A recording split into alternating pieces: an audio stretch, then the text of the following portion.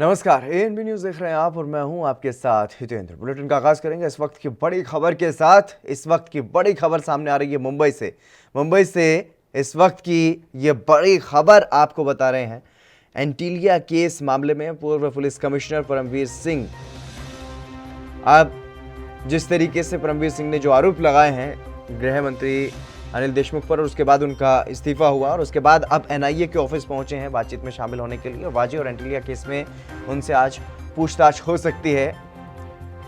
परमवीर सिंह से इस पूरे मामले में बातचीत इसलिए अहम है, इसलिए ये पूछताछ अहम मानी जा रही है क्योंकि उस वक्त परमवीर सिंह मुंबई के कमिश्नर हुआ करते थे जब ये पूरा मामला सामने आया था। और उसके बाद परमवीर सिंह को उनके पद से हटाया गया। उसके बाद परमवीर सिंह ने भी गंभीर आरोप अपने ही गृह मंत्री पर लगाए और इस मामले में अब सीबीआई की जांच भी शुरू हो चुकी है। लेकिन वहीं दूसरी तरफ अगर बात की जाए, जिस तरीके से एंटीलिया केस जो सामने आया, जब मुकेश अंबानी के घर के बाहर जो जिलेटिन की छड़ें मिली थी जिस गाड़ी में, उसमें सचिन वाजे पुलिस अधिकारी हैं, उनका नाम सामने आया और उसके बाद लगातार इस पूरे मामले में एनआईए की जांच चल रही है। सत्यप्रकाश सोनी हमारे साथ जुड़ गए हैं अधिक जानकारी के साथ। सत्यप्रकाश, क्या कुछ जानकारी है? परमवीर सिंह को एनआईए की तरफ से बुलाया गया है या फिर खुद ही कुछ जानकारी देने के लिए पहुंचे?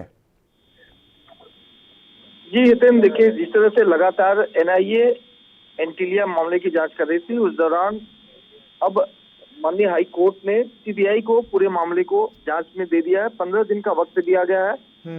ऐसे में एनआईए पैरेलल जांच करेगी। सीबीआई की तरफ से आज जो है तमाम अधिकारी मुंबई पहुंच चुके हैं। ऐसे में तमाम जो जानकारियां, जिस तरह से उन्होंने 100 करोड़ मामले की आरोप लगाए थे, उसको लेकर एक पिटीशन भी उन्होंने दायर किया था, जिसके बाद कोर्ट ने उनको जांच के आदेश दे दिए हैं। तो ऐसे में तमाम दस्तावेज जो एनआईए को पहले दिया गया था वो अब सीबीआई को सौंपा जाएगा। लेकिन उसको लेकर जिस तरीके से सत्यप्रकाश परमवीर सिंह पहुंचे हैं अब इस पूरे मामले में, क्योंकि एंटीलिया केस की जांच अभी भी एनआईए की तरफ से की जा रही है और उसमें अब वहां पर परमवीर सिंह पहुंचे हैं, तो उनसे क्या कुछ पूछताछ हो सकती है? क्या इस मामले में परमवीर सिंह पर भी अब शिकंजा जो है वो कसता हुआ नजर आ सकता है? जी इसे देखिए, दो मामले हैं। एक मामले है एनआईए जो है एनआईए मनसुख हिरन और एंटीलिया के बाद जो स्कॉर्पियो मिली थी उसकी जांच कर रही है। वहीं सीबीआई जो है 100 करोड़ मामले की जांच कर रही है। जी, एनआईए ने आज परमवीर सिंह को बुलाया है। उनका स्टेटमेंट लगी कि किस तरह से इनकी स्थिति, उनको जब जानकारी थी तो उन्होंने एफआईआर क्यों नहीं लिया था, किसका दबाव था, इस तरह की जानकारी एनआईए अब परमवीर सिंह से लेगी। परमवीर सिंह ने जिस आधार पर पूरे मामले को उठाया था कि 100 करोड़ की वसूली गृह मंत्री अनिल देशमुख ने मांगा था, उसको लेकर परमवीर सिंह के पास किस तरह के दस्तावेज है, किस तरह के सबूत है, उसकी जांच करेगी। उसके बाद जो है वही पैरेलल अब सीबीआई पहुंच चुकी है। सीबीआई भी पैरेलल अपनी जांच करेगी, किस तरह से पूरा आरोप है, पूरा मामला है, दस्तावेज कितने हैं, कितने लोगों के इसमें गवाही दी गई है। तो इन सब सारी चीजों की पैरेलल जांच होगी। एक तरफ एनआईए करेगी, दूसरी तरफ सीबीआई करेगी। जी सत्यप्रकाश, तमाम जानकारी देने के लिए बहुत शुक्रिया आपका। तो लगातार इस पूरे मामले की जांच जो है वो चल रही है। एक तरफ एनआईए और दूसरी तरफ अब सीबीआई को भी इस मामले में जांच सौंप दी गई है, क्योंकि अलग अलग मामले हैं, अलग अलग इस मामले में खुलासे हुए। पहले जिस तरीके से जिलेटिन की छड़ियां मिली और उसके बाद मनसुख हिरेन की हत्या हुई, अब वो दोनों मामलों की जांच जो है वो एनआईए कर रही है। और जो धोखाधड़ी का आरोप, जो वसूली के लिए 100 करोड़ रुपए की जो वसूली का आरोप लगाया गया परमवीर सिंह की तरफ से, उसकी जांच अब सीबीआई ने शुरू कर दी है। लेकिन परमवीर सिंह से भी इस पूरे मामले में पूछताछ एनआईए की तरफ से आज की जा रही है। चलिए वहीं बात करेंगे मुख्तार अंसारी की, क्योंकि पंजाब की रोपड़ जेल में बंद मुख्तार अंसारी की अब यूपी की जेल में वापसी हो गई है। यूपी पुलिस सुबह 4:34 पर बांदा जेल पहुंची और बांदा जेल पहुंचने पर मुख्तार अंसारी की सारी कागजी कार्रवाई को पूरा किया गया। इसके बाद 4 डॉक्टरों की टीम ने मुख्तार अंसारी का मेडिकल चेकअप किया और पहले मुख्तार को सामान्य बैरक में रखा गया था, लेकिन बाद में उसे जेल के अंदर बैरक नंबर 15 में शिफ्ट किया गया। मुख्तार अंसारी का सुरक्षित जेल पहुंचना हर किसी को हैरान कर रहा है। लोगों को लग रहा है कि ये शायद पहला ऐसा मामला है जब योगी राज में कोई बड़ा अपराधी सुरक्षित दूसरी जेल में शिफ्ट हुआ होगा, क्योंकि इससे पहले उसके ऊपर हमले की आशंका जताई गई थी और इसलिए रास्ते में पड़ने वाले सभी जिलों को अलर्ट पर रखा गया था। एक पुलिस अधिकारी ने यह बताया है कि सभी पुलिसकर्मियों को बुलेट प्रूफ जैकेट पहनाई गई थी और मुख्तार अंसारी को भी बुलेट प्रूफ जैकेट दी गई थी। अपर पुलिस महानिदेशक प्रयागराज जोन प्रेम प्रकाश को मुख्तार अंसारी को पंजाब से यूपी जेल लाने की जिम्मेदारी मिली थी। साल 2017 में 28, साल 2018 में 41, साल 2019 में 34 और 2020 में 26 और अब तक 2021 में 6 अपराधी एनकाउंटर में मारे जा चुके हैं। इसलिए ये डर परिवार को था मुख्तार अंसारी की कि कहीं ऐसा ना हो जिस तरीके से कानपुर वाले विकास दुबे की गाड़ी पलट गई थी, कहीं ऐसा ना हो कि इस बार फिर से गाड़ी पलट जाए और मुख्तार अंसारी को मार दिया जाए। इसलिए सुप्रीम कोर्ट तक भी ये मामला पहुंचा।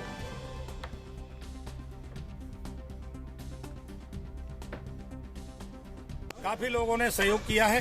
नीचे और जो हमारे कर्मचारी अधिकारी लगे थे वो भी काफी मानसिक रूप से तैयार थे। इसी वजह से हम लोगों ने सुबह चल के इसको आज देर रात्रि में पूरे मुंह पे डाल दे रहा हूँ।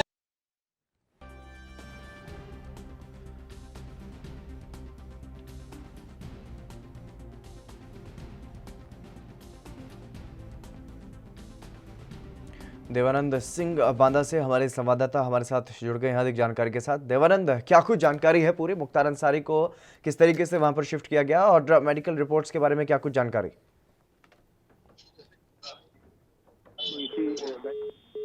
कोरोना में शिफ्ट किया गया है और जैसा कि बता दें कि मेडिकल सुविधाओं के लिए 10 बजे उनका कोरोना टेस्ट होगा और सारी जो है जांचें होने के बाद जो है उनका मेडिकल और जैसा कि बता दें कि बांदा जेल में शिफ्ट होने के बाद सुबह ही उनको जो है चाय के लिए जो पूछा गया तो चाय के लिए उन्होंने इनकार कर दिया और उनकी तबीयत थोड़ा सुस्त थी, इसलिए उन्होंने कहा कि मुझे आराम करने दीजिए। 4:30 जैसे ही सुबह वो आए, उनको जो है आराम करने के लिए कहा है। वो अभी आराम कर रहे हैं। 10 बजने का समय आया है। इस समय उनका जो है शायद कोरोना टेस्ट होने जा रहा है। जी वहाँ पर किस तरीके से लोगों की प्रतिक्रियाएं अब सामने आ रही है, क्योंकि एक बड़ा अपराधी, बड़ा नाम है मुख्तार अंसारी अपने आप में, और अब ये कहा जा रहा है कि डॉन अब डर रहा है। जी बिल्कुल बता दूं, डॉन का जो है इस समय जो है जो खास ध्यान जो है आपका जो है मुख्तार अंसारी जो है इसी लाइन के अंदर बंद है, इसी बांदा मंडल कारागार के अंदर। यहाँ बताया जा रहा है कि बांदा एक ऐसा जेल है कि जहाँ बड़े बड़े डाकू, बड़े बड़े माफिया यहाँ इस जेल में जो है बंद रहे। इसीलिए बांदा का ये जो मंडल कारागार बहुत चर्चित में है कि यहाँ जो है जो सारी सुविधाएं हैं, जो सुख सुविधाएं मिलती थी अन्य जेलों में, इस बांदा जेल में सुख सुविधाएं को मिलने का नहीं मिलती। जी देवानंद, और इसके अलावा अगर बात की जाए मुख्तार अंसारी पर वो कौन से अहम मामले हैं जिनकी वजह से अब यूपी में वापसी हुई है और अब आगे की क्या कुछ कार्रवाई रहने वाली है पुलिस की तरफ से? जी बता दें, जैसे कि जो है बांदा में मुख्तार अंसारी को रखने का यूपी सरकार कोर्ट ने आदेश दिया है कि जो है कोर्ट के आदेशों का उसका मामला है कि जो है यूपी में जो बुलाया गया है पंजाब के ऊपर से जो है यूपी के बांदा जेल में शिफ्ट किया गया है। बांदा जेल में शिफ्ट करने के बाद कहीं ना कहीं 2 साल पहले जो है मुख्तार अंसारी इसी जेल में शिफ्ट थे। इसी जेल में शिफ्ट होने के कारण जो है यहाँ उनके रिश्तेदार जो है अगल बगल कमरे लेकर रहते थे, उनको सारी सुविधाएं मिलती थी। लेकिन इस सरकार में जो है कहीं ना कहीं जो है उनको देखने वाली बात ये है कि क्या सुविधाएं उनको मिल पाती है या नहीं, ये सोचने वाली बात है। जी इसके अलावा अगर बात की जाए वो एम्बुलेंस का जो मामला सामने आया था उसमें भी जांच चल रही है, उसमें क्या कुछ मामला अभी तक सामने आया? एम्बुलेंस की जांच का जो है मामला ये है कि अभी जांच चल रही है, क्या क्लियर है वो क्लियर बात। जी देवानंद, बहुत शुक्रिया हमारे साथ जुड़ने के लिए, तमाम जानकारी देने के लिए। लेकिन अब लगातार जिस तरीके से इस पूरे मामले पर हर किसी की निगाह जो है वो बनी हुई है कि अब आखिरकार कैसे गुनाह जो हैं वो साबित किए जाएंगे, क्योंकि अब तक जितने भी मामले मुख्तार अंसारी पर चले उसमें गवाह मार दिए जाते थे और जो गवाह मारे जाते थे उनके भी अगर कोई गवाह होते थे उनको भी मार दिया जाता था। तो इस तरीके से सभी जो केस थे वो कहीं ना कहीं फेल होते हुए दिखाई देते थे। लेकिन फिलहाल रुकेंगे एक छोटे से ब्रेक के लिए, जल्द हाजिर होंगे और इस मसले पर चर्चा करेंगे।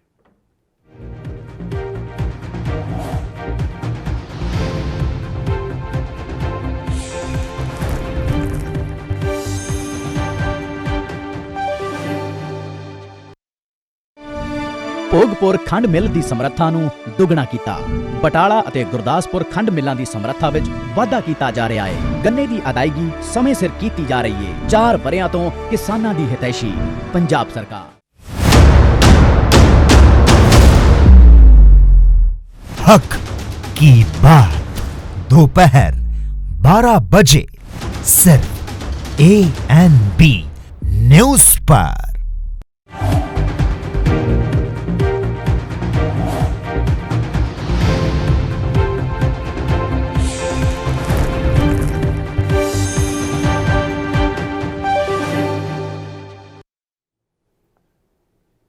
ब्रेक के बाद एक बार फिर से आप सभी का स्वागत है। हम चर्चा कर रहे थे जिस तरीके से मुख्तार अंसारी की अब वापसी हुई है पंजाब से, अब यूपी की जेल में बांदा में शिफ्ट किया गया है मुख्तार अंसारी को।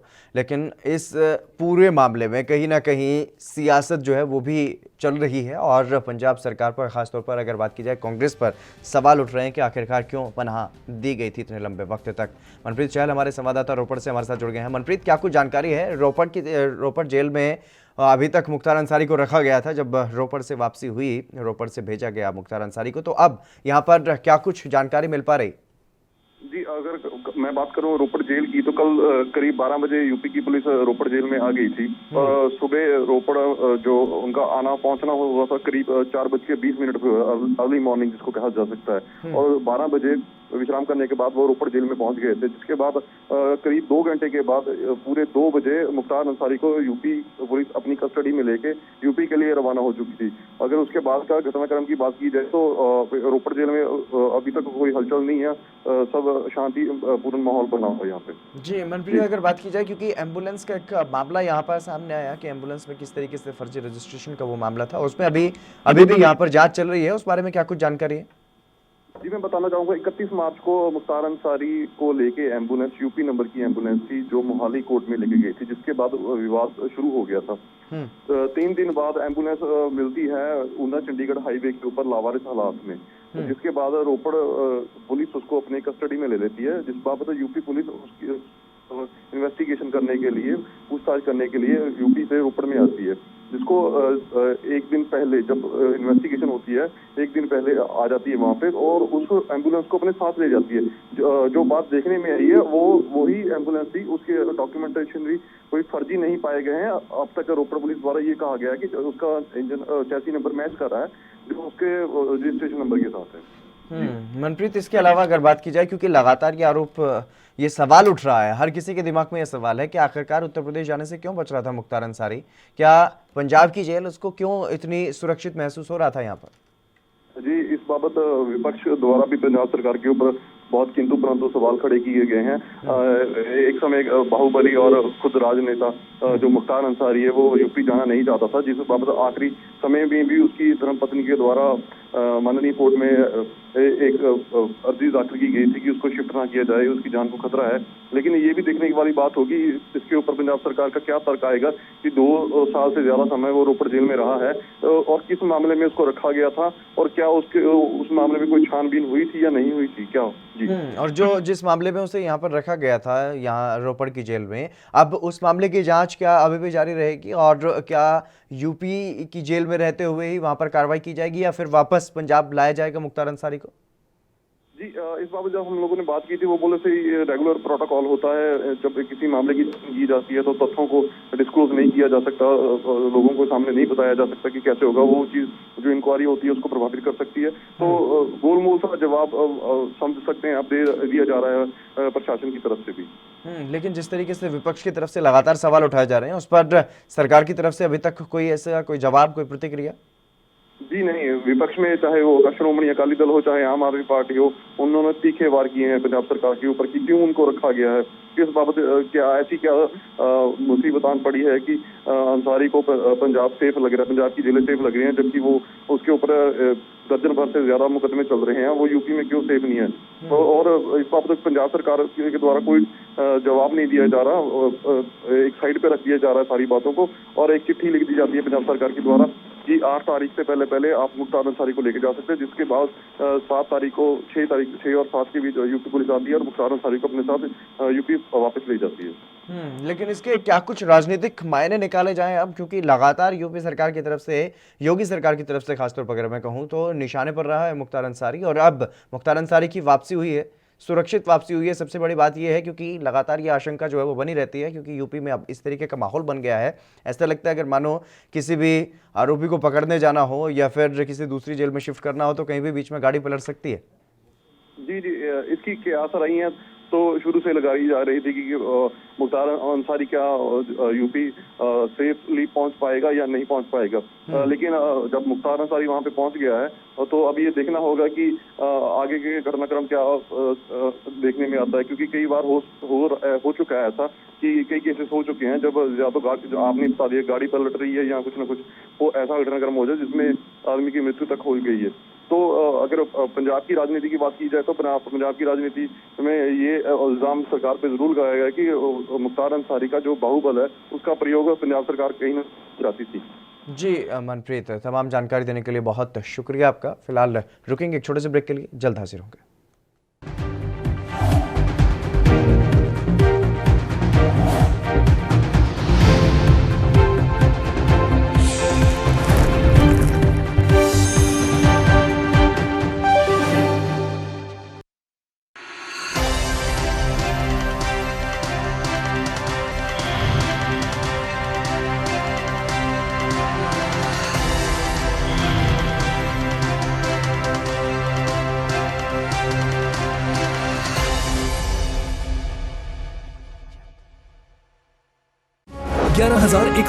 ਸਕੂਲਾਂ ਨੂੰ ਸਮਾਰਟ ਸਕੂਲ ਬਣਾਇਆ। ਵਿਦਿਆਰਥੀਆਂ ਨੂੰ ਮੁਫਤ ਵਰਦੀ, ਕਿਤਾਬਾਂ ਤੇ ਮੁਫਤ ਸਿੱਖਿਆ ਦਿੱਤੀ ਜਾ ਰਹੀ ਹੈ। 4 ਵਰਿਆਂ ਤੋਂ ਸਰਕਾਰੀ ਸਕੂਲਾਂ 'ਚ ਸਮਾਰਟ ਸਿੱਖਿਆ ਮੁਹੱਈਆ ਕਰਵਾ ਰਹੀ ਪੰਜਾਬ ਸਰਕਾਰ।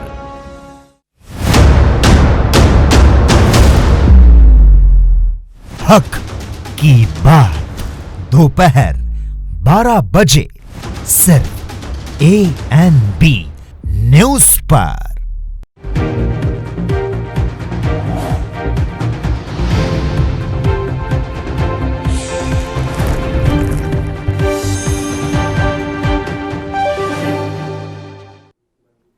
ब्रेक के बाद एक बार फिर से आप सभी का स्वागत है। हम चर्चा कर रहे थे मुख्तार अंसारी की वापसी को लेकर के, जिस तरीके से पंजाब की जेल में मुख्तार अंसारी काफ़ी लंबे समय से था और अब यूपी में वापसी हुई है मुख्तार अंसारी की। लेकिन ये अपने आप में एक हैरान कर देने वाली बात है, क्योंकि लगातार यही कहा जा रहा था कि कुछ भी हादसा हो सकता है बीच में, मुख्तार अंसारी का एनकाउंटर किया जा सकता है, लेकिन ऐसा नहीं हुआ है। सकुशल मुख्तार अंसारी को बांदा जेल में शिफ्ट किया गया है।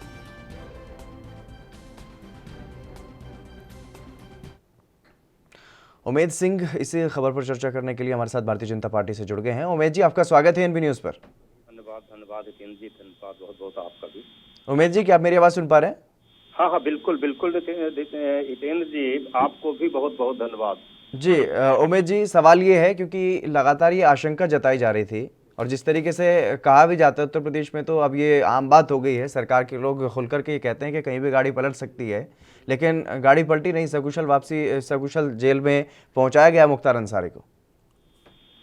नहीं, देखिए तो एक चीज का अंतर है हितेंद्र भाई कि सरकार के लोग ऐसा कहते हैं ये नहीं है, विपक्ष के लोग ऐसा कहते हैं। यहाँ पे कानून का राज है और माननीय योगी आदित्यनाथ जी जब से हैं सत्ता में, ऐसा नहीं है कि वो किसी के प्रति और इस तरह से वैमनस्यता रखते हों। वो हमेशा एक कानून का, अगर कोई गुंडई करता है, गलत करता है, कुछ भी करता है, उसके लिए वो कभी भी माफ करने के लिए नहीं है। वो पूरा उसकी पूरा सजा दिलाएंगे, पूरी सजा मिलेगी, ये निश्चित है। लेकिन ये लोगों ने हवा बनाया कि वो जो है ये कर देते हैं और ये वो गाड़ी ऐसा। मुख्तार अंसारी जी बहुत पहले से भी यहाँ रहे हैं और इसी बांदा जेल में रहे हैं। उनकी जो है एक बार उनको एक जहर के लिए क्या सही और गलत का क्लियर नहीं हो पाया था, लेकिन हुआ था कि उनको जहर दिया गया, उसकी बाकायदे जांच और ये वो पूरा वो दिया गया, पूरा वो इनको पूरी सुविधा दी गई। तो ऐसा नहीं कि पहली बार यहाँ पे रहे और हमेशा जेल में ही रहे हैं। इनको हो गया करीब 10-12 साल 15 साल से जेल में ही है। तो आज 5 चुनाव लड़ चुके हैं जेल से ही रह करके, पहला चुनाव लड़े थे बाहर। तो अभी ऐसा नहीं है, ऐसा कुछ नहीं। यहाँ बहुत कानून का राज है, यहाँ बड़ी सुरक्षा है। बस केवल ये है कि गलत और वो होगा तो उसका किसी हालत में वो बख्शा नहीं जाता है। ये यहाँ का सिद्धांत है माननीय योगी जी का, मुख्यमंत्री का। जी, क्राइम नहीं हो सकता। जी जी, लखपत बटोला भी हमारे साथ जुड़ गए हैं कांग्रेस से। लखपत जी, आपका स्वागत है एनबी न्यूज पर। लखपत जी, मेरी आवाज सुन पा रहे हैं? जी लखपत जी, मेरा सवाल ये है, सीधा सवाल उठ रहा है, हर किसी की जुबान पर एक ही सवाल है आजकल कि मुख्तार अंसारी को पंजाब में इतना सुरक्षित क्यों महसूस हो रहा था? क्या कोई कांग्रेस की तरफ से बचाने की कोशिश की जा रही थी क्या मुख्तार अंसारी को? देखिए, इस तरह की जो बात है ये भाजपा का प्रोपेगेंडा होता है।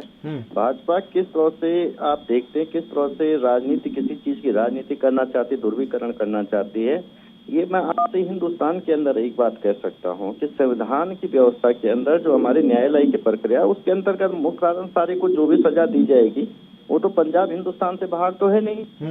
कानूनी ट्रायल पे हिंदुस्तान के अंदर जो भी कोर्ट निर्णय देगा, आप विदेशों से प्रत्यार्पण की बात कर रहे हैं, तो ये पंजाब हिंदुस्तान का एक हिस्सा है। अगर कोई व्यक्ति पंजाब में रहना चाहता है, कोई व्यक्ति दिल्ली में रहना चाहता है, गुजरात में रहना चाहता है, तो इसमें तो कोई सरकार ना रोक सकती ना कह सकता है। नहीं सर, अपराधी अपनी मर्जी से रहेगा क्या, जहाँ मर्जी? मैं एक चीज बात, सरकार ने संरक्षण दे रखा है क्या वहाँ की? ये सवाल मैं आपसे पूछा हूँ कि क्या वहाँ पे अरविंदर, ये सवाल तो सर इसलिए उठा ना क्योंकि आप कह रहे हैं कि अपराधी अपनी मर्जी से रहेगा। अपराधी अपनी मर्जी से रहने वाला कौन होता है सर? अपराधी को सजा देनी चाहिए। और जब उत्तर प्रदेश पुलिस आपसे बार बार ये गुहार लगा रही थी पंजाब सरकार से कि अब उसको यूपी में भेजा जाए, सुप्रीम कोर्ट तक जाना पड़ा। सुप्रीम कोर्ट के हस्तक्षेप के बाद उसको वापसी की गई है। इन चीजों पे संशोधन करने की जरूरत। पहली बात, मैंने कहा अपराधी नहीं, मैंने कोई भी हिंदुस्तान का नागरिक किसी राज्य में रहना चाहता है उसको कोई सरकार ना रोक सकती ना भेज सकती, पहली बात है। दूसरी बात है, पंजाब सरकार ने उनको रोका नहीं। ये कोर्ट में, यदि कोई व्यक्ति कोर्ट में जा करके और कोर्ट से स्टे ले लेता तो वो सरकार उसके बदले कोर्ट में गई है। सरकार ने कहा कि आप कहाँ रहेंगे।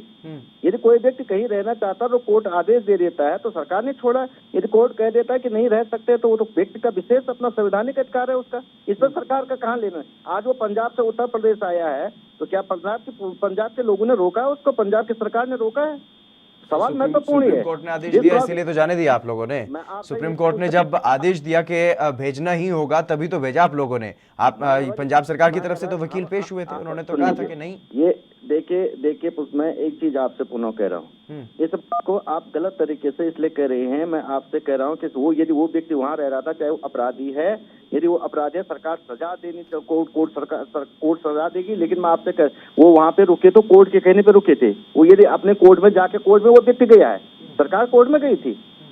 ये आज कोर्ट ने कहा, आप सरकार पे क्यों इल्जाम लगाना चाहते हैं पंजाब सरकार? ये भाजपा की जो बात है, भाजपा जिस तरफ से प्रोपेगेंडा खड़ा करना चाहती है, मैं यही तो पूछना चाह रहा हूँ कि यदि भाजपा को इतनी वो थी तो आप सुप्रीम कोर्ट की तो बात है, केंद्र में आपकी सरकार है, आपको कहाँ दिक्कतें आ रही थी? आप कोर्ट गए, व्यक्ति गए थे कोर्ट जमाना, कोई मुझ पे कोई आरोप लगता है, मैं कोर्ट चले जाता हूँ, उसमें सरकार का कोई दोष है? आप ये बताएं। बिल्कुल पूछ रहे थे। उमेश जी, कांग्रेस को क्यों लपेटे में ले रही है बीजेपी? के पंजाब में पनाह दी जा रही थी, कांग्रेस बचाव कर रही है, मुख्तार अंसारी का इस तरीके के आरोप कांग्रेस पर क्यों लगाए गए? चलो कोई बात नहीं। असल में ऐसा है हितेन भाई कि लखपत जी को शायद नहीं जानकारी है पूरा। ये उत्तर प्रदेश सरकार कई बार वहाँ के मुख्यमंत्री से बाकायदे लेटर लिखा गया, यहाँ के चीफ सेक्रेटरी ने लेटर लिखा और वहाँ की सरकारें जब मना किया है उसके बाद जो है कोर्ट में जाने की नौबत आई है और उसके बाद एक कोर्ट के आदेश से फिर उत्तर प्रदेश लाए गए हैं। और अपराधी कभी भी कहीं भी अपनी मर्जी से नहीं रह सकता, नहीं रह सकता, नहीं रह सकता, ऐसा कोई संविधान नहीं है। ठीक है, वो जो है वो कतई जो है जो अपराधी है उसको अपराधी की तरह रखा जाता है और वो जेल में उसकी जगह होती है और वो जेल में रहता है। वो उसका कोई वो नहीं है। ऐसा कहना गलत है कि पोपोगंडा जैसी बात भाजपा की कहाँ से आ गई? भाजपा क्यों पोपोगंडा कर रही है? क्राइम को पकड़ के जेल में रखना पोपोगंडा होता है क्या? क्राइम के ऊपर जो है सजा देना पोपोगंडा होता है क्या? ये कांग्रेस के सरकार में होता होगा, भाजपा की सरकार में ये सब पोपोगंडा नहीं, सीरियस लेके। इसलिए कांग्रेस के देखिए नीचे से ऊपर तक जो है किस तरह से इनके सारे नेता बेल पे हैं, तो वो पोपोगंडा हो गया। कोर्ट ने, भाजपा ने उससे वो किया और उसके बाद जांच कराई और उसके बाद उन्होंने कोर्ट से जमानत लिया है, तो कोर्ट की जमानत से बाहर है। कोर्ट कहेगी तो अंदर रहना पड़ेगा। ये तो जो अपराधी है उनके लिए करना, उनको जाना पड़ेगा वहाँ और उनको सजा मिलना, यही काम है, यही हमारे यहाँ का प्रावधान है। अगर अपराधी अपनी मर्जी से खाने लगे, अपनी मर्जी से रहने लगे, अपनी मर्जी से चलने लगे, उमेश जी यहाँ पर भी तो किसी मामले में जेल में थे ना वो, और अगर यहाँ पर जेल में थे और मामला पंजाब का ही है, पंजाब में ही चल रहा था, तो फिर यहाँ पर क्या एतराज था आप लोगों को फिर इस तरीके से? कोई यहाँ देखिए, यहाँ पे बहुत सारे मुकदमे पड़े हैं, लंबित हैं। इतने मुकदमे हैं कि वो लिस्ट आपको बना के देना पड़ेगा। आप लोगों को तो पता भी होगा उनके बारे में, इतना बड़ा टॉन है, तो बहुत बड़ा माफिया है।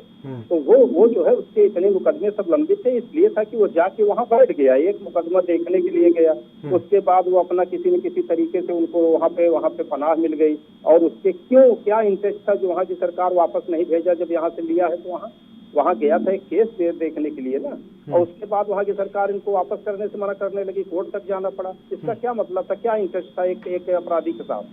तो ये चीज को बाद में भाजपा को बता दें, प्रोपेगेंडा करती है, भाजपा कुछ कहती है। देखिए देश की जनता बहुत जागरूक है, अपने आप बहुत संयम रख के बात करना चाहिए, वरना उसका नुकसान अपने आप मिलता है। लोग जान नहीं पाते कि जनता हमसे क्यों दूर होती जा रही है।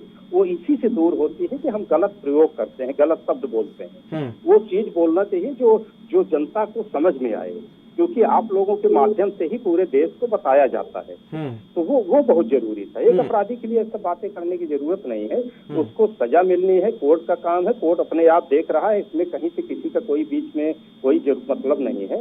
वो जो है उसको सजा जो मिलना होगा, जो मुकदमे चल रहे हैं, जो उससे जो अपराध बनेगा वो उनको सजा मिलेगी। लेकिन उमेश जी, सवाल तो ये भी बनता है ना, क्योंकि जिस तरीके से आप कह रहे हैं बार बार कि पंजाब सरकार पनाह दे रही थी, पनाह कहाँ दे रही थी? वो तो जेल में थे ना वहां पर भी, ये भी तो आरोप गलत है ना फिर?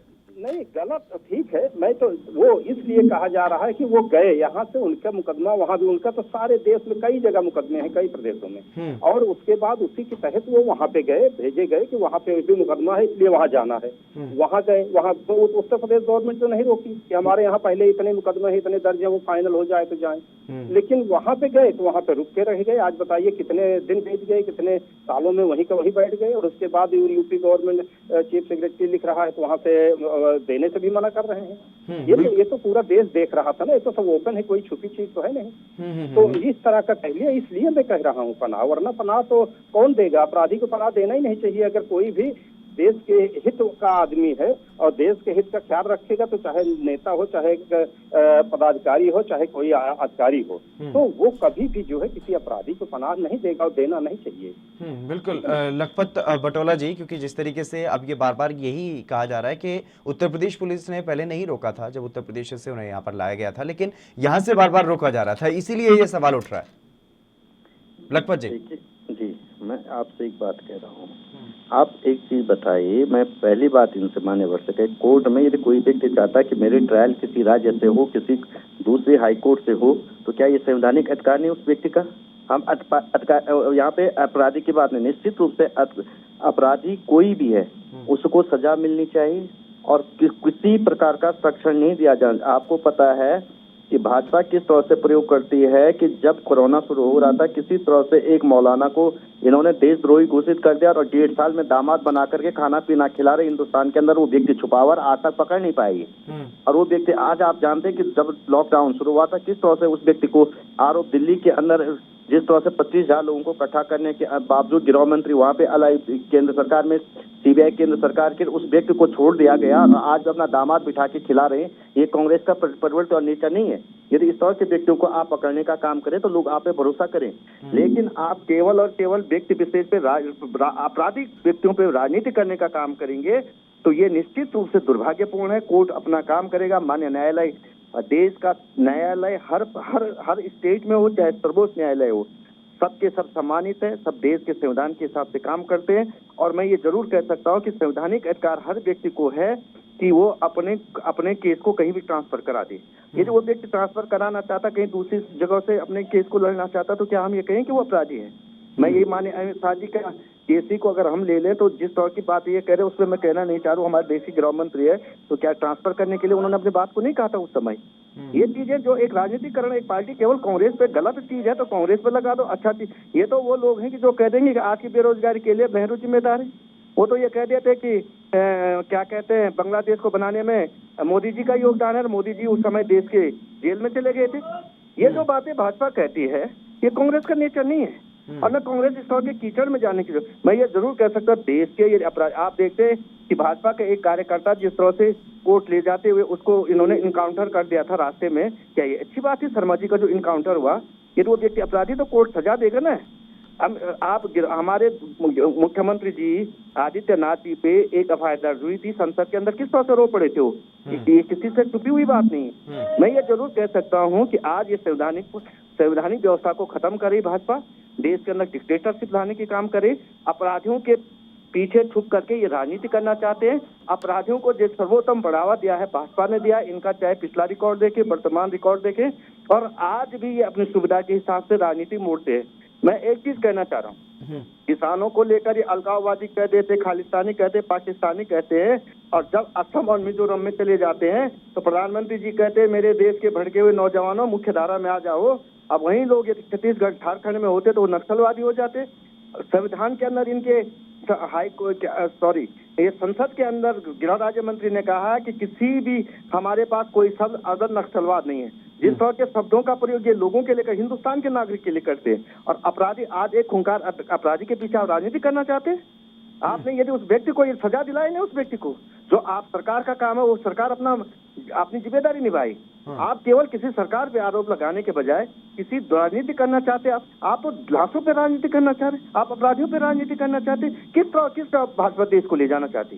क्या आपको इतना उमेश जी, आरोप ये है लखपत जी ने जैसा कि कहा कि आप अपने हिसाब से अपराधियों को सजा दिलाने का काम करते हैं और बाकी जो अपने अपने हैं उनको बचाने का काम भी कर रहे हैं, केस वापसी भी कर रहे हैं। तो इस तरीके से आप अपने हिसाब से खूंखार अपराधियों के पीछे राजनीति कर रहे हैं। हितेंद्र भाई, मैं जबरदस्त जो है इसका विरोध करता हूँ। इनको अपनी जवान, अपनी बात को वापस लेना चाहिए। ये जिस तरह का भी शब्द प्रयोग किए हैं, ये कोरोना फैलाने वाले मौलवी को ये भाजपा का दामाद कह रहे हैं।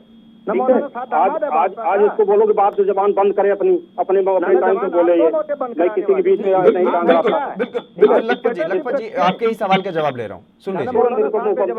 जी बिल्कुल ले लेते हैं लखपत जी, एक बार सुन लीजिए उमेश जी। माफी मांगे हितेंद्र जी, माफी मांगे कि इन्होंने एक जो है कोरोना फैलाने वाले मौलवी को ये भाजपा को आरोप लगा रहे हैं कि उनकी दामाद जैसे बैठा के खिला रहे हैं।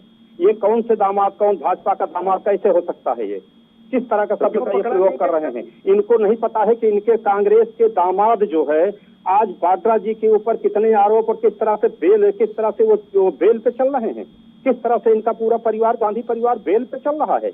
उनके जो है उनकी जांच हुई, उसके बाद ये दूसरे को आरोप लगाते हैं कि इनके नेता और भाजपा के दामाद है वो जो है एक कोरोना फैलाने वाला एक आतंकवादी की तरह जो काम किया, जिस तरह से वो पूरे देश को बर्बाद किया, और उसके बाद उसको ये कह रहे हैं इसके ऊपर इनको माफी मांगना चाहिए पूरे देश से।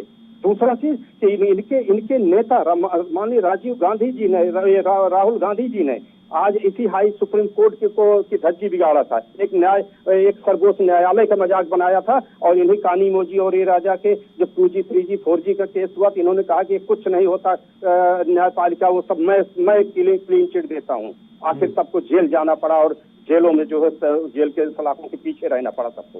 तो ये इनका काम है, ये भाजपा के ऊपर सब कुछ ये करें और उसके बाद ये सब कुछ भाजपा के ऊपर। ये लोगों का इतनी बड़ी इस तरह की जो है बड़बोलापन और इस तरह की असभ्यता की भाषा, ये बिल्कुल मैं इसको बर्दाश्त नहीं करता हूँ। इस पे इनको माफी मांगना चाहिए जिस तरह का शब्द का प्रयोग कर रहे हैं। मैं एक बात कह रहा हूँ, बिल्कुल लखपत जी अपना जवाब दीजिए। और जो इन्होंने आरोप लगाया वो काफी खतरनाक है। इस तरीके से ऐसी कम से कम अभद्र भाषा का इस्तेमाल ना करते हुए अपनी बात को सही तरीके से भी रखा जा सकता है।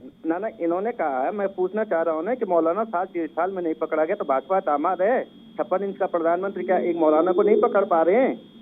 क्यों, कहाँ छुपा हुआ वो? तो सर अगर कोई पकड़ा नहीं जा रहा है तो इस तरीके की भाषा का इस्तेमाल करेंगे क्या आप ये बताओ, आप केवल राजनीति करोगे केवल इन चीजों पे? पकड़ा नहीं जा रहा तो इस्तीफा दे दे गृह मंत्री जी। मैं दूसरी बात तो इस तरीके से बात रखिए ना अपनी, इस तरीके से रखिए अपनी बात। आज तो फ्रांस ने कहा है कि चौकीदार ही चोर है हिंदुस्तान का। ये कांग्रेस ने नहीं कहा। फ्रांस की ऑडिट रिपोर्ट में आया कि हिंदुस्तान का चौकीदार बड़ा चोर है और बैकडोर से चोरी की है।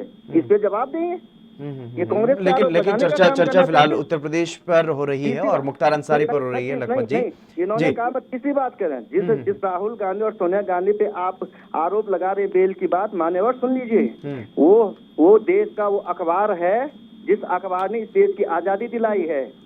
वो किसी चोरी में अंदर उन पे कोई बेल नहीं है, किसी तरह का कोई आरोप नहीं है। वो देश के हिंदुस्तान का अखबार, जिस अखबार को नेहरू ने शुरू किया था, उसने देश की आजादी में योगदान दिया है। आपका तो कोई योगदान नहीं है देश की आजादी में। आप तो तड़ी पार रह जाते हैं कई मामलों में। चलिए बहुत शुक्रिया लखपत जी मेरे साथ जुड़ने के लिए। उमेद जी आपका भी बहुत शुक्रिया मेरे साथ जुड़ने के लिए इस चर्चा में। और लगातार जिस तरीके से मुख्तार अंसारी पर अब एक बहस छिड़ चुकी है कि आखिरकार पंजाब में इतने दिनों तक क्यों रखा गया, क्यों यूपी में वापस नहीं भेजा गया पंजाब से, अब अपने आप में ये बड़ा सवाल जो है वो बना हुआ है। लेकिन हैरान कर देने वाली बात ये भी है क्योंकि एक अवधारणा जो है वो बन चुकी है उत्तर प्रदेश पुलिस के लिए, योगी सरकार में कम से कम, कि जब भी किसी अपराधी को कहीं शिफ्ट किया जाता है या फिर एनकाउंटर जिस तरीके से यूपी में किए गए हैं अपराधियों के, उसको लेकर के ये अवधारणा बन चुकी है कि आखिरकार इस तरीके से एक इतने खूंखार अपराधी को जो हिट लिस्ट में सबसे ऊपर योगी सरकार में रहा, उसको इस तरीके से शांतिपूर्ण तरीके से ले जाया गया।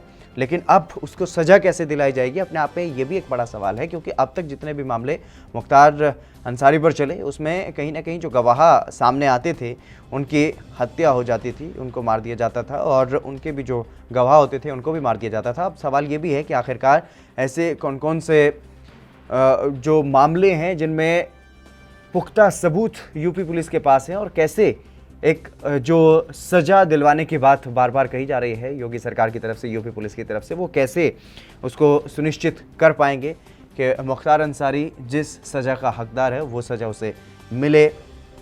क्योंकि लगातार जिस तरीके से कई ऐसे बड़े संगीन मामले जो हैं वो मुख्तार अंसारी पर चलते रहे हैं, लेकिन उसके बाद वो बाइज़्ज़त बरी भी हुए हैं। कई ऐसे मामलों में सबूतों के आधार पर वो छूटे हैं, और कुछ मामले अभी भी उन पर लगातार, जिन पर कोर्ट में विचार चल रहा है, कोर्ट में विचाराधीन कई ऐसे मामले हैं, अभी भी संगीन मामले जो हैं वो चल रहे हैं। और उसी वजह से पंजाब की रोपड़ जेल से अब यूपी की बांदा जेल में वापसी हुई है मुख्तार अंसारी की। पंजाब की जेल से अब मुख्तार अंसारी यूपी की जेल में शिफ्ट हो गए हैं। लेकिन अभी ये देखने वाली बात है कि किस तरीके से, कौन से ऐसे सबूत यूपी पुलिस के पास हैं जिनसे वो जो सज़ा दिलाए जाने की बात बार बार कही जा रही है योगी सरकार की तरफ से, जो कहा जा रहा है, और यूपी पुलिस की तरफ से भी लगातार ये दावा किया जा रहा है कि पुख्ता सबूतों के आधार पर जो सज़ा दिलानी सुनिश्चित की जाएगी।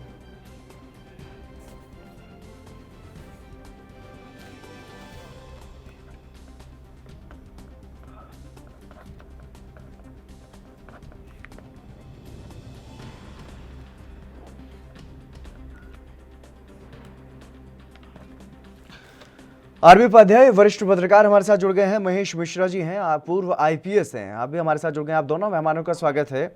महेश मिश्रा जी, सबसे पहले मैं आपके पास आना चाहूँगा क्योंकि पुलिस के सिस्टम को आप बहुत अच्छे तरीके से समझते हैं, और अब तक जिस तरीके से एनकाउंटर वाली छवि जो योगी सरकार की बनी है उसमें अपने आप में ये हैरानी कर देने वाला है, क्योंकि लगातार ये आशंका जताई जा रही थी कि कहीं ना कहीं मुख्तार अंसारी के साथ भी जिस तरीके से विकास दुबे के साथ हुआ, गाड़ी पलटी, कुछ ना कुछ ऐसा ही हादसा हो सकता है। लेकिन वो सही तरीके से रोपड़ से बांदा पहुंच गया और जेल में शिफ्ट भी हो गया है। किस तरीके से समझा जाए इसको? क्या अब योगी सरकार अपनी छवि सुधारने की कोशिश कर रही है? देखिए, जहाँ तक कानून व्यवस्था का सवाल है जी, तो कानून व्यवस्था में सबसे महत्वपूर्ण चीज है कि आप अपराधी को दंड दिला सकें जी। प्रोसिक्यूशन हो, इन्वेस्टिगेशन हो, यदि उसके खिलाफ कोई केस रजिस्टर होता है तो उसका इन्वेस्टिगेशन प्रॉपर हो, और उसके बाद न्यायालय में जब विचाराधीन हो और न्यायालय में विचारण हो, उसका ट्रायल हो जी, तो सक्सेसफुल ट्रायल होने के बाद उसका कन्विक्शन हो। इसका कानून व्यवस्था पर बहुत सकारात्मक प्रभाव पड़ता है, बहुत अच्छा प्रभाव पड़ता है। अब सवाल ये है कि ये मुख्तार अंसारी या जितने भी माफियाज हैं, चाहे वो अतीक हो, चाहे मुख्तार अंसारी, चाहे ब्रजेश हो, चाहे वो सुशील मूछ हो, कोई भी पूरे उत्तर प्रदेश में बिखरे हुए हैं, चाहे पश्चिमांचल हो, चाहे उत्तरांचल हो, कहीं हो, वो बिखरे हुए हैं ये सब माफिया, और जिनका अपना वर्चस्व है। अब प्रश्न यह है कि यदि योगी सरकार इनको कितने मामलों में सजा दिला पाती है, कितने मामलों में इनका कन्विक्शन हो पाता है जी।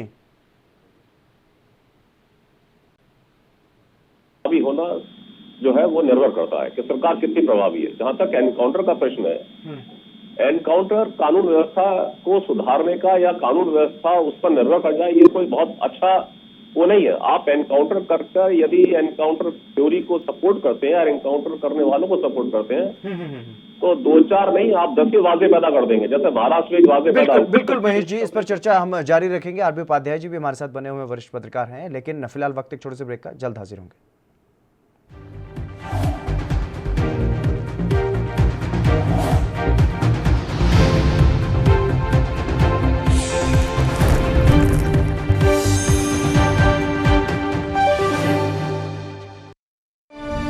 ਸਰਕਾਰੀ ਸਕੂਲਾਂ ਵਿੱਚ 6ਵੀਂ ਤੋਂ 12ਵੀਂ ਜਮਾਤ ਵਿੱਚ ਪੜ ਰਹੀਆਂ ਸਾਰੀਆਂ ਵਿਦਿਆਰਥਣਾਂ ਨੂੰ ਮੁਫਤ ਸੈਨੀਟਰੀ ਪੈਡ ਦਿੱਤੇ ਜਾ ਰਹੇ ਹਨ। 4 ਵਰਿਆਂ ਤੋਂ ਧੀਆਂ ਦੀ ਸਿਹਤ ਦਾ ਫਿਕਰ ਕਰਦੀ ਪੰਜਾਬ ਸਰਕਾਰ।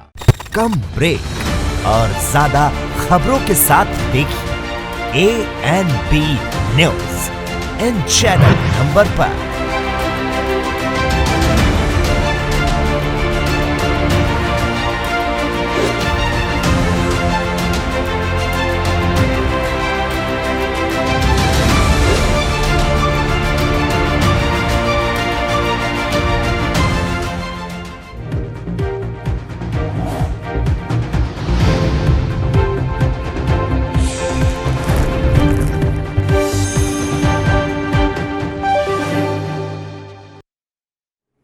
ब्रेक के बाद एक बार फिर से आप सभी का स्वागत है। हम चर्चा कर रहे थे मुख्तार अंसारी की यूपी की जेल में वापसी पर, और महेश मिश्रा पूर्व IPS हमारे साथ लगातार बने हुए हैं। आरबी उपाध्याय वरिष्ठ पत्रकार, वो भी हमारे साथ लगातार बने हुए हैं। महेश जी, ब्रेक से पहले आप बहुत महत्वपूर्ण बात बता रहे थे एनकाउंटर को लेकर के, वो बात पूरी कीजिए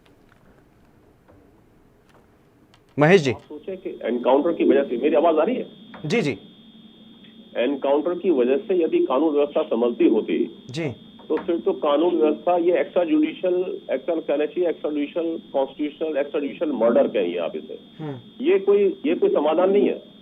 एनकाउंटर समाधान नहीं है प्रति कानून व्यवस्था को बनाए रखने के लिए। एनकाउंटर एक जरिया हो सकता है, और एनकाउंटर किन का आप करेंगे? एनकाउंटर आप करेंगे उनका जो दुर्दांत अपराधी हैं, जो आपसे मुंह चढ़ने को तैयार है, जो आपसे भिड़ने को तैयार है, जो आपके ऊपर फायर झोंक रहे हैं, जो आपको जान से मारने पर आमादा है, उन्हीं का तो एनकाउंटर करेंगे आप। बिल्कुल, आप उन्हीं का एनकाउंटर करेंगे ना। तो एनकाउंटर थ्योरी जो है किन्हीं परिस्थितियों में तो काम करती है, वो ठीक है।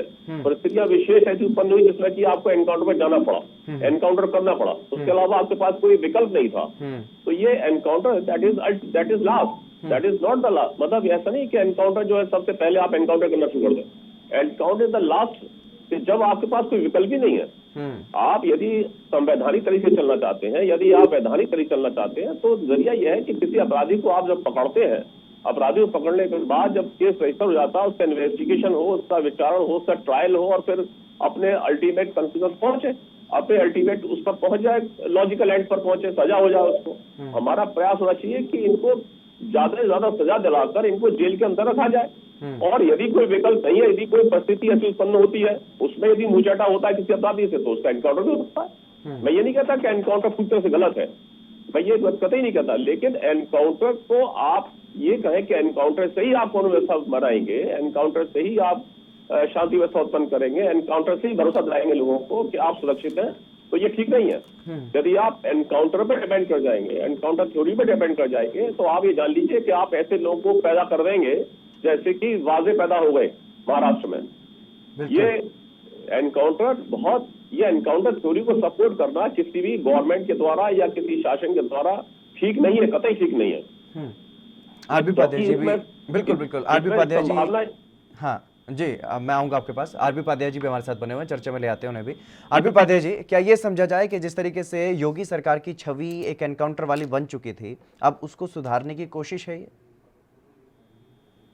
देखिए, छवि सुधारने की कोशिश है, या मैं मानूं कि भी जिस तरीके से सुप्रीम कोर्ट में अर्जी दाखिल की गई, और मीडिया में जिस तरीके से आपने देखा होगा कि ये चल रहा था कि भी गाड़ी पलट न जाए, कहीं कोई उस तरह का हादसा न हो जाए जैसा कि कानपुर कांड में दुबे के साथ हुआ था जी। तो एक प्रेशर सरकार के ऊपर था, और अगर ऐसा होता तो डायरेक्ट ये लगता कि सरकार ने जानबूझकर इस तरह का कृत्य किया है। तो दुबे वाले केस में भी आपने देखा होगा काफी किरकिरी सरकार की हुई थी। तो कोई भी सरकार हो वो नहीं चाहेगी कि बार बार इस तरह की घटनाओं को दोहराया जाए। तो इस उससे ही देखेंगे कि भी जहाँ से लेके आए वहां से बांदा जेल तक बीच में जहाँ जहाँ जिस डिस्ट्रिक्ट से गुजरे वहां के एसपी और वहां की पुलिस सबको अलर्ट पर रखा गया था कि भी कोई उस तरह की दुर्घटना न घटे और सुरक्षित बांदा जेल तक पहुंचाया जा सके। तो एक बहुत बड़ा प्रेशर था हितेंद्र, और उस प्रेशर की वजह से अगर कोई सोचता भी है तो कहीं ना कहीं एक क्वेश्चन मार्क उसके ऊपर लगता है, क्योंकि मामला सुप्रीम कोर्ट के संज्ञान में था।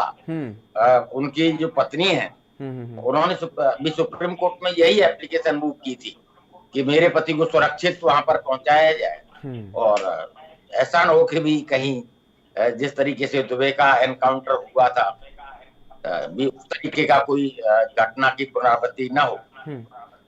तो ऐसे माहौल में मैं नहीं समझता हूं कि भी इस तरह की घटना की पुनरावृत्ति हो सकती। तो हितेंद्र जी बहुत बड़ा प्रेशर था।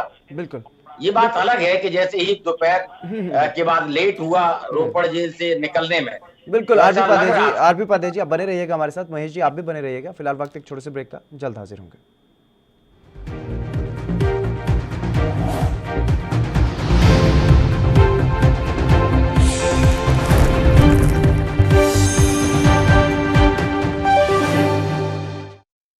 जुलाई 2021 ਤੋਂ ਆਸ਼ੀਰਵਾਦ ਸਕੀਮ ਅਧੀਨ ਮਿਲਣ ਵਾਲੀ ਰਾਸ਼ੀ 15,000 ਤੋਂ ਵਧਾ ਕੇ 51,000 ਕਰ ਦਿੱਤੀ ਜਾਵੇਗੀ। 4 ਵਰਿਆਂ ਤੋਂ ਲੋੜਵੰਦ ਧੀਆਂ ਦਾ ਧਿਆਨ ਰੱਖ ਰਹੀ ਪੰਜਾਬ ਸਰਕਾਰ।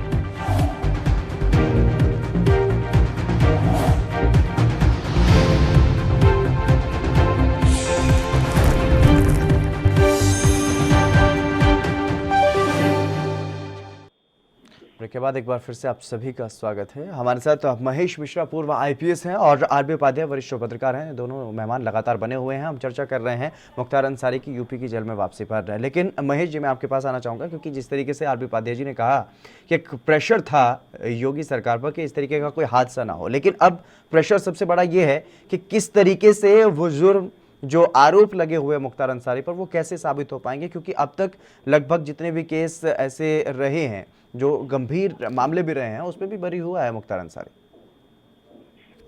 देखिए ऐसा है कि मैं आपसे पुनः इस बात को कह रहा हूँ जी कि सरकार का प्रभावी होना इस बात पर निर्भर करेगा कि जो गवाही मुख्तार अंसारी के विरुद्ध न्यायालय में होनी है वो कितनी तेजी से और कितने प्रभावी तरीके से यदि वो गवाही हो जाए तो तभी एक लॉजिकल एंड पर पहुंच जाएगी और पहुंच पाएगी। इनका ट्रायल जो है तभी पहुंच पाएगा। अदरवाइज क्योंकि ये फोर्सेस वो फोर्सेस है, ये वो माफिया है जिनके गवाही देना भी एक अपने आप बड़ा दुष्कर, हर आदमी की बस की नहीं है। गवाह तो ठीक है, गवाही है, लेकिन गवाह भी डरता है। तो जब तक आप गवाह को सुरक्षा नहीं देंगे, जब तक गवाह है केसेस में, महत्वपूर्ण केसेस में गवाह है, उनको बहुत सुरक्षा देनी होगी। उनको इस बात से मुतमिन करना होगा कि आप बिल्कुल सुरक्षित है और किसी प्रकार से आप इन माफियाओं के जो गुर्गे हैं वो आपको धमका नहीं सकते, ना ये धमका सकते, ना इनके गुर्गे धमका सकते। जब तक आप ये सुरक्षा की भावना उन गवाहों के मन में पैदा नहीं करें तो मुझे लगता है कि गवाही ढंग से हो पाएगी। तो पहला तो कार्य सरकार को ये करना चाहिए कि जो गवाहियां होनी है, जो गवाह प्रस्तुत होने हैं, पेश होने हैं न्यायालय में, उनको पूर्ण सुरक्षा प्रदान की जाए और पूर्ण सुरक्षा प्रदान करने के बाद उनकी गवाही जो है गुजरे अदालत में हो। ये बार बार जो बड़े बड़े वकील खड़े होते हैं इनकी तरफ से, क्योंकि ये पैसा खर्च करने में सक्षम है, तो जो बड़े बड़े वकील खड़े होते हैं जो उस केस को टरकाने की और टालने की कोशिश करते हैं, वो ये बिल्कुल टाइम बाउंड इनका प्रोसिक्यूशन हो, टाइम बाउंड इनका ट्रायल चले और ये अपने लॉजिकल एंड पे पहुंचे, तभी संभव है। अदरवाइज ये तो चलता रहेगा। मुख्तार अंसारी आज के क्रिमिनल नहीं है, ये सुशील मूछ आज के क्रिमिनल नहीं है। इनको 25-30, 40 साल हो गए इस अपराध की जगत में उतरे हुए, बिल्कुल, और इनको आज तक कोई इनका मामला ऐसे लॉजिकल एंड पर नहीं पहुंचा है। तो हमको ये करना होगा, हर सरकार का दायित्व है, चाहे योगी सरकार हो चाहे कोई हर सरकार का दायित्व है कि इनके विरुद्ध जो मामले चल रहे हैं 4 दिन न्यायालय, उनमें गवाही प्रॉपर हो, अच्छे तरीके से हो, गवाह सुरक्षित रहे, गवाही देने के पहले, गवाही देने के बाद भी। ऐसा नहीं गवाही देने के बाद गवाह निबट जाए, बिल्कुल, क्योंकि ये लोग किसी हद तक पहुंच सकते हैं, ये लोग किसी हद तक जा सकते हैं। और ऐसा नहीं कि मुख्तार अंसारी, यहाँ तो माफियाओं का एक पूरा जाल है और ये इंटरकनेक्टेड है। आप ये बस सोचिए कि मुख्तार अंसारी वेस्ट के माफिया से कनेक्टेड नहीं है, या वेस्ट के माफिया जो है मुख्तार अंसारी से कनेक्टेड नहीं है। They are all well connected. वो यहाँ का यदि गवाह है तो यहाँ पर निपटा जा सकता है, यहाँ पर भी उसके ऊपर अटैक हो सकता है। यदि उत्तरांचल में तो वहां भी अटैक हो सकता है यदि वेस्ट का कोई माफिया है। तो दे आर वेल कनेक्टेड। इनके इस नेक्सस को तोड़ना होगा। और इसमें देखिए बताऊंगा आपको, जब जेल में ये रहते हैं तो जेल अथॉरिटीज भी इनसे डरती हैं। बताऊंगा आपको, जेल अथॉरिटी के सामने भी इनके साथ जेल अथॉरिटी भी नतमस्तक रहती है इनके सामने, इन माफियाओं के सामने। तो जो जेल अथॉरिटीज हैं उनको भी सुरक्षा देनी होगी, उनको भी इस बात का भरोसा देना होगा कि भैया आप सुरक्षित हैं।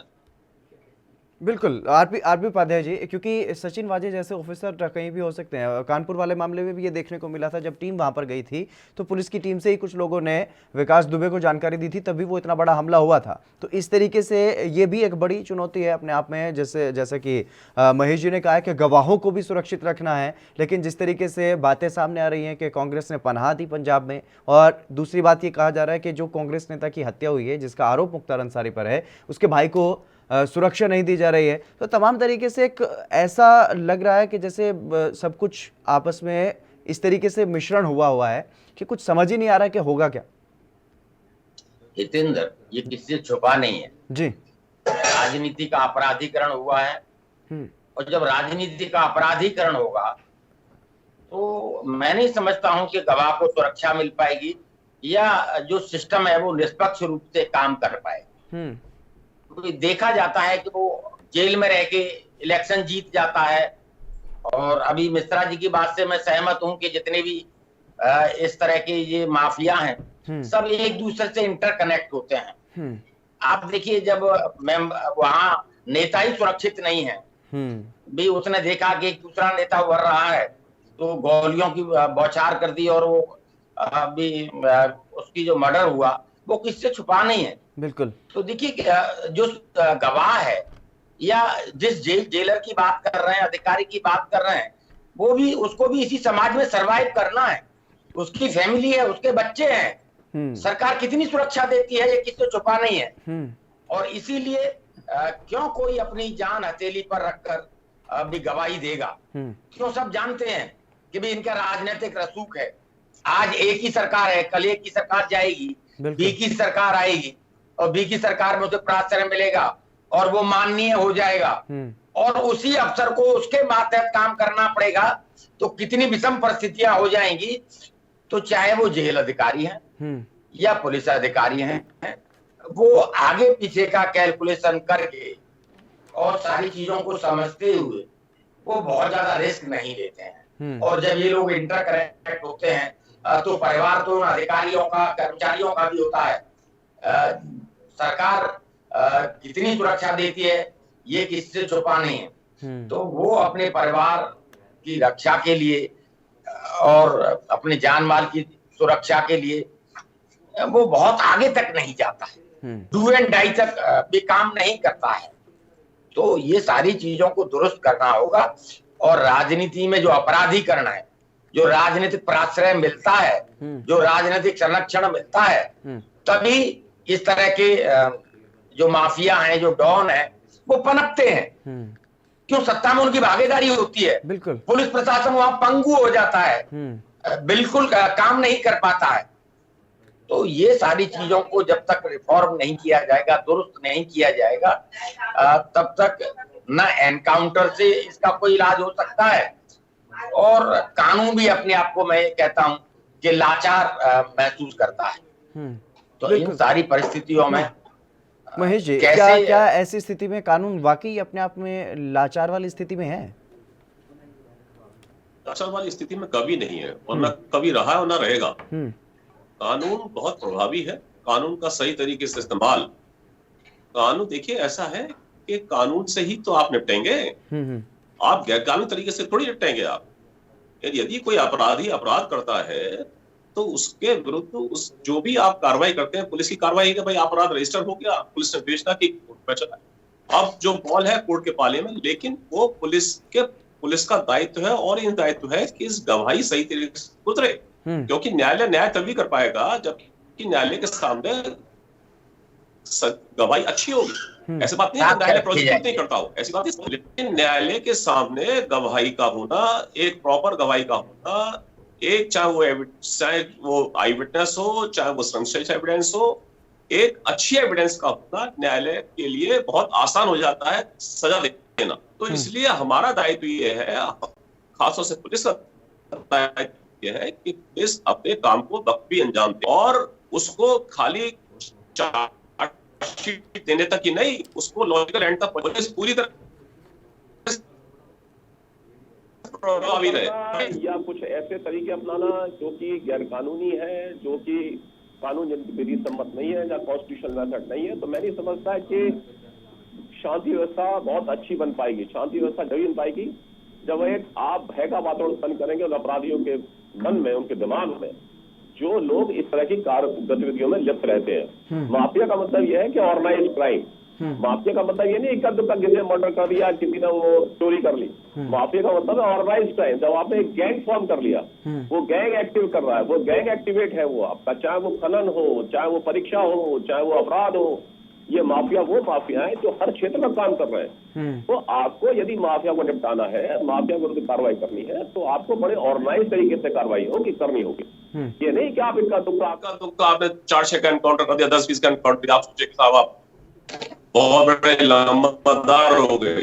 लंबरदार ये पुलिस का एक बड़ा भ्रम है। बिल्कुल, पुलिस आरबी उपाध्याय जी, मेरे पास वक्त की कमी है, माफी चाहूंगा महेश जी, लेकिन आरबी उपाध्याय जी से आखिरी कमेंट चाहूंगा। आरबी उपाध्याय जी, क्या आपको लगता है कि योगी सरकार उसी तरीके से, जैसा कि महेश जी ने बताया कि ऑर्गेनाइज्ड क्राइम को मिटाने के लिए ऑर्गेनाइज्ड तरीके से ही काम करना होगा, क्या उसी तरीके से काम कर रही है, या फिर अब क्योंकि अब सरकार का कार्यकाल जो है वो लगभग खत्म होने को ये 1 साल का समय बचा है, क्या अब समझ में आया है कि इस तरीके से ही इसको निपटाना है? देखिए, बिल्कुल योगी सरकार की एक इच्छा शक्ति थी और वो इच्छा शक्ति दिखी हुई कि माफिया जितने थे उनके यहाँ बुलडोजर चले, जो अवैध संपत्ति थी उनको जब्त किया गया। तो एक इच्छा शक्ति जो दिखाई सरकार ने, ये बात अलग है कि देखिए गाजीपुर में दर्जनों केस जो दर्ज थे मुख्तार अंसारी के खिलाफ, उनका रिकॉर्ड ही गायब हो गया। बिल्कुल। अब बुरी सरकार क्या करेगी, कहां से रिकॉर्ड लाएगी? तो बहुत सारी चीजें हैं और मिश्रा जी की बात से मैं सहमत हूं कि ऑर्गेनाइज क्राइम को खत्म करने की तरफ एक कदम जो सरकार ने उठाया है वो बिल्कुल सराहनीय कदम है। लेकिन देखिए, पीछे आप सत्ता में रहे हैं, आप एमएलए रहे हैं, आप एक सरकार का हिस्सा रहे हैं, तो आपके बहुत सारे संबंध कहीं ना कहीं डिपार्टमेंट में हैं। उसी का परिणाम है कि भी सारे रिकॉर्ड गायब हो जाते हैं, और जब रिकॉर्ड नहीं मिलेंगे तो कोर्ट में आप कैसे साक्ष्य प्रस्तुत करेंगे और कैसे ये प्रूव कर पाएंगे? तो वो उसका फायदा कहीं ना कहीं इस तरह के लोग उठाते हैं। चलिए, बिल्कुल आरबी उपाध्याय जी, बहुत शुक्रिया मेरे साथ जुड़ने के लिए। महेश जी, आपका भी बहुत शुक्रिया इस चर्चा में शामिल होने के लिए। लेकिन जिस तरीके से अब ये सवाल उठ रहा है कि क्या मुख्तार अंसारी को वो सजा मिल पाएगी जिसका वो हकदार है, ये अपने आप में वाकई एक बड़ा सवाल है, क्योंकि जिस तरीके से रिकॉर्ड गायब हो जाते हैं या फिर जो भी मिलीभगत सामने आती है उसमें बाइज्जत बरी हो जाते हैं कोर्ट से इस तरीके के अपराधी। तो ये अपने आप में एक बड़ा सवाल है कि क्या वाकई वो सजा मिल पाएगी जिसका मुख्तार अंसारी हकदार है। इस बुलेटिन में बस इतना ही, आप बने रहिए एएनबी न्यूज़ के साथ।